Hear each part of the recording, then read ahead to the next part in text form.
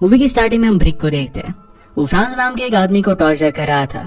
उसके मुंह में जलते हुए सिगरेट को डाल देता है, उसके हाथ पैर बांध कर उसे केरोसिन के टब में डाल देता है। इसके बाद हम देख सकते हैं कि ब्रिक ने फ्रांस के ग्रुप के सारे लोगों को मार डाला था। जैसे ही ब्रिक बिल्डिंग से बाहर निकलता है, पीछे से फ्रांस के रूम में बड़ा सा ब्लास्ट होता है। मूवी में बहुत सारे सीन्स आगे पीछे दिखाए जाएंगे, पर मैं आपको एक लीनियर फैशन में स्टोरी बताऊंगा। हमें पता चलता है कि अमेरिका में क्राइम बहुत बढ़ गया था। इस क्राइम को रोकने के लिए गवर्नमेंट ने एक न्यू वे निकाला। सब लोगों के ब्रेन में गवर्नमेंट ने एक चिप को प्लांट कर दिया।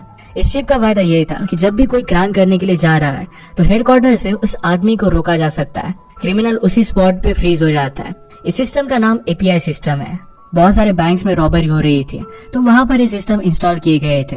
बैंक के पास अगर कोई भी रॉबरी करने के लिए आता है तो इस सिस्टम से वेव्स छोड़कर उस आदमी को फ्रीज कर सकते थे। और इसके बाद हम ब्रिक को कुछ लोगों को मारते हुए देखते हैं।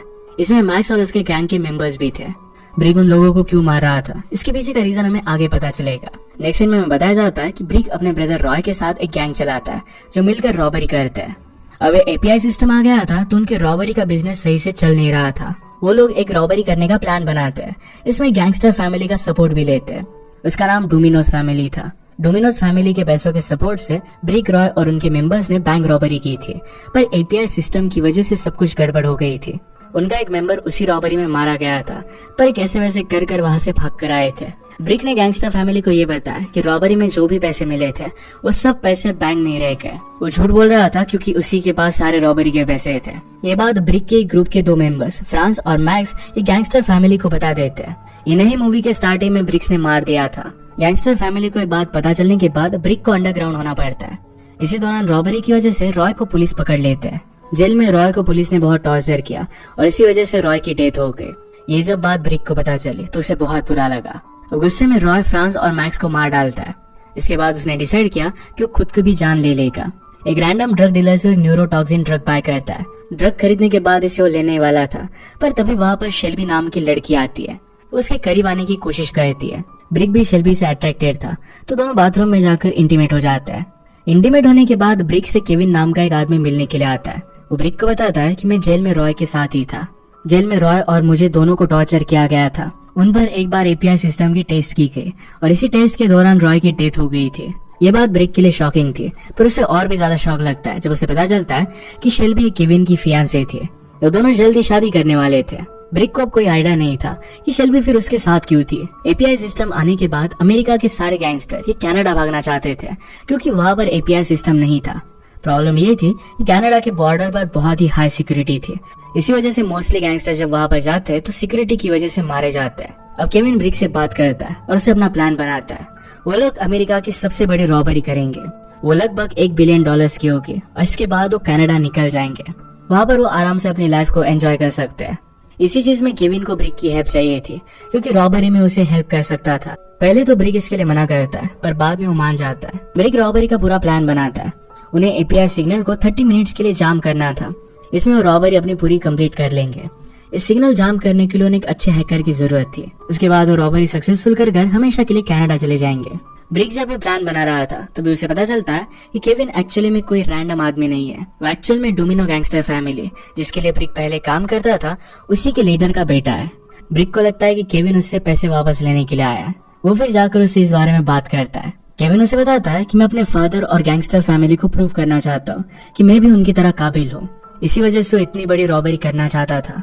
ब्रिक केविन से पूछता है कि जब तुम्हें एपीआई सिग्नल का झटका लग रहा था तो क्या तुम उसे रोक पा रहे थे, क्या तुम मूव कर पा रहे थे? केविन कहता है कि उस सिग्नल को रोका नहीं जा सकता। अगर तुम उसे रोकने की कोशिश करोगे तो तुम्हारी जान भी जा सकती है। अचानक से झटका लगता है और हाथ पैर रुक जाते हैं। ब्रिक ने भी इस चीज को एक्सपीरियंस किया था, पर उस वक्त एपीआई इनिशियल फेज में था और इसी वजह से वो भाग गया था। न्यू एपीआई सिस्टम इम्प्लीमेंट होने के लिए कुछ समय था। वो इम्प्लीमेंट होने से पहले उन्हें रॉबरी करनी पड़ेगी, वरना एक काम इम्पॉसिबल हो जाएगा। नेक्स्ट सीन में पता चलता है कि शेल्बी एक बहुत ही स्किल्ड हैकर थे। वो एफबीआई, रॉ इस टाइप की एजेंसी के लिए हैक कर चुकी थी। उन्हें अब किसी हैकर को ढूंढने की जरूरत नहीं थी। शेल्बी काम कर सकती थी। नेक्स्ट सीन हम देखते हैं कि ब्रिक और शेल्बी अपना अफेयर कंटिन्यू करते हैं। एक दूसरे के साथ वो टाइम स्पेंड कर रहे थे। ब्रिक अपने फ्रेंड रॉस को भी इस रॉबरी में ज्वाइन करवा लेता है क्योंकि पहले भी उसके साथ काम कर चुका था। इसके बाद वो एक बैंक के मैनेजर के पास जाते हैं जिससे वो कांटेक्ट में थे। उससे कहते हैं कि हम $35 मिलियन डिपॉजिट करना चाहते हैं।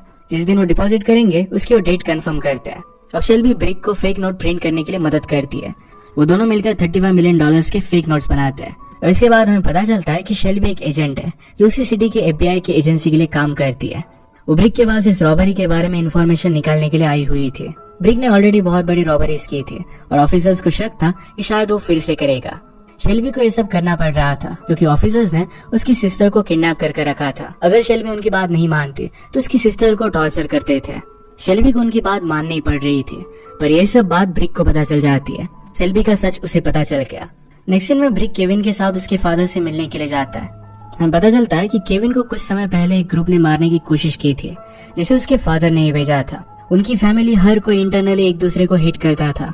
इस बात को जानने के बाद केविन बच गया है। उसके फादर उसे शूट करने की कोशिश करते हैं। शूट करने के बाद केविन सिर्फ इंजर्ड होता है, पर अपने फादर को एक्स से मार डालता है। और इसके बाद फादर की सारी सिक्योरिटी ब्रिक और केविन पर अटैक करने के लिए मेन रूम में आ जाते हैं, पर तभी वहाँ पर केविन और ब्रिक एक सीक्रेट डोर से वहाँ से बाहर निकल जाते हैं। निकलते वक्त सेल्फ डिफेंस में केविन अपनी सिस्टर को भी शूट कर देता है। यहाँ से बचने के बाद ब्रिक सीधा शेल्बी के पास आता है। उसे बताता है कि मुझे तुम्हारे बारे में सब कुछ पता चल चुका है। शेल्बी कहती कि मुझे ये सब मजबूरी में करना पड़ रहा है, इसी वजह से मुझे उनकी बात माननी पड़ रही है। तभी वहाँ पर ब्रिक के ऊपर गैंगस्टर फैमिली के कुछ मेंबर्स अटैक कर देते हैं। उनका पीछा करते हुए वहाँ तक वो पहुंच गए थे। वो ब्रिक से केविन का लोकेशन पूछने के लिए उसे टॉर्चर करने लगते हैं। शेल्बी उनसे कहती है कि मैं केविन की फियांसे हूँ, तो लोग ये जानने के बाद शेल्बी को ही अपने साथ लेकर जाते हैं ताकि केविन उनके पास वापस आ जाए। यहाँ हम देख सकते हैं कि मूवी के स्टार्टिंग में हमने ब्रिक को फ्रांस को मारते हुए देखा था। उस ब्लास्ट में फ्रांस बच गया था, उसकी पूरी बॉडी जल गई थी। वो अब जिंदा है और गैंगस्टर फैमिली के साथ काम कर रहा था। वो ब्रिक को टॉर्चर करने के लिए वैन में आग लगा देता है और उसे वहीं पर मरने के लिए छोड़ देता है। तभी वहाँ पर रॉस आ जाता है और सबसे पहले फ्रांस को मार डालता है। उसने ब्रिक को वैन से निकालकर उसकी जान बचा ली।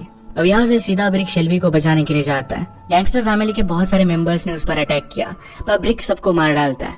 ये जब फाइट चल रही थी तो शेल्बी को वहाँ से वो लोग लेकर जाते हैं। हम शेल्बी को देखते हैं जिसके शरीर में फोर्सफुली उन लोगों ने ड्रग इंजेक्ट किया था। उसे असॉल्ट करने की कोशिश करने वाले थे। वहाँ पर ब्रिक आ जाता है और उस गैंगस्टर मेंबर को मार डालता है। यहाँ हम देख सकते हैं कि ब्रिक और शेल्बी एक दूसरे से प्यार करने लग गए थे। अब सब फाइनली अपने रॉबरी के प्लान को एग्जीक्यूट करने का फैसला करते हैं क्योंकि उनके पास सिर्फ 24 आवर्स ही थे। 24 आवर्स के बाद API सिस्टम इम्प्लीमेंट होने वाला था। इसके बाद रॉबरी करना इम्पॉसिबल हो जाएगा। वो प्लान बनाते हैं कि शेल्बी अपने FBI एजेंट की आइडेंटिटी से ऑफिसर को संभाल लेगी। वह सबसे पहले API टावर में जाएगी। API सिस्टम को 30 मिनट्स के लिए हैक करके रोक देगी। वो फिर सक्सेसफुली रॉबरी कर लेंगे। दूसरी तरफ ब्रिक और केविन का प्लान था कि वो दोनों बैंक को लूटने का काम करेंगे। सबसे पहले वो फेक नोट डिपॉजिट करने के बहाने से बैंक में जाएंगे। एक बार वो अंदर आ गए तो अपनी टीम की मदद से वो पूरा बैंक लूट पाएंगे। अब रॉबरी का फाइनल डे आता है। शेल्बी सबसे पहले खुद को FBI एजेंट बताकर API सिस्टम में चली जाती है। वहाँ पर वो टावर के मॉडरेटर को सीड्यूस करती है। नेक्स्ट मोमेंट पर उसी पर गन पॉइंट कर चेस्ट से उसे बांध देती है। दूसरी तरफ ब्रिक अपने कार से फेक नोट्स निकालकर बैंक में डिपॉजिट करने के लिए जाता है। सभी नोटों को बैंक मैनेजर को दे देता है। बैंक मैनेजर को चेक करना था कि ये नोट असली है या नकली, तो उसे वो जला कर देखता है। उसे पता चल जाता है कि सभी नोट फेक है। ब्रिक के ऊपर वहाँ के सिक्योरिटी गार्ड शूट करने लगते हैं। ब्रिक खुद को बचाकर वहाँ से निकल जाता है। ब्रिक डायरेक्टली बैंक के लॉकर में आ गया था। और इसके बाद यहाँ से आगे का रॉबरी का काम केविन संभालता है। सबसे पहले केविन अपने साथ लाया हुआ डायनामाइट को लॉकर पर प्लांट करता है।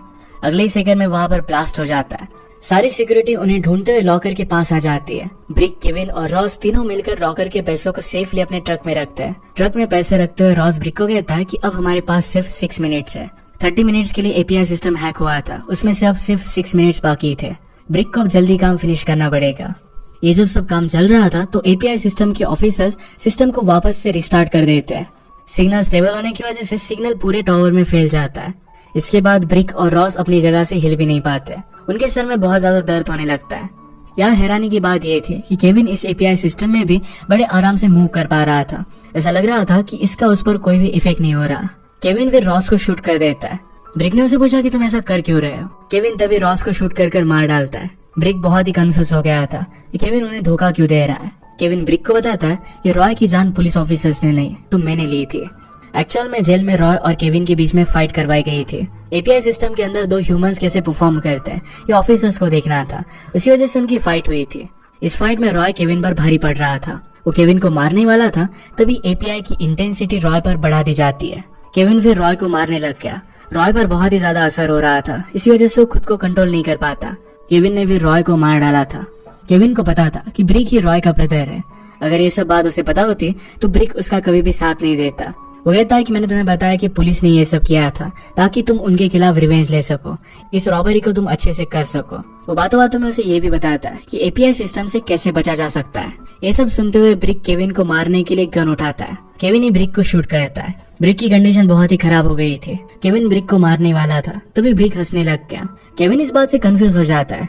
तभी पीछे से एपीआई एजेंट आ गए थे और वो केविन को मार डालते हैं। वो ब्रिक के पास आए और कहते हैं कि हम तुम्हें नहीं मारेंगे क्योंकि ऑलरेडी तुम्हें 2 गोलियां लग चुकी है। वो ब्रिक को वैसे ही तड़पता छोड़कर वहाँ से जाने वाले थे। जाते जाते एक एजेंट ब्रिक से कहता है कि मैं शेल्बी का अच्छे से ख्याल रखूंगा। ब्रिक इस बात से बहुत ज्यादा गुस्सा हो जाता है।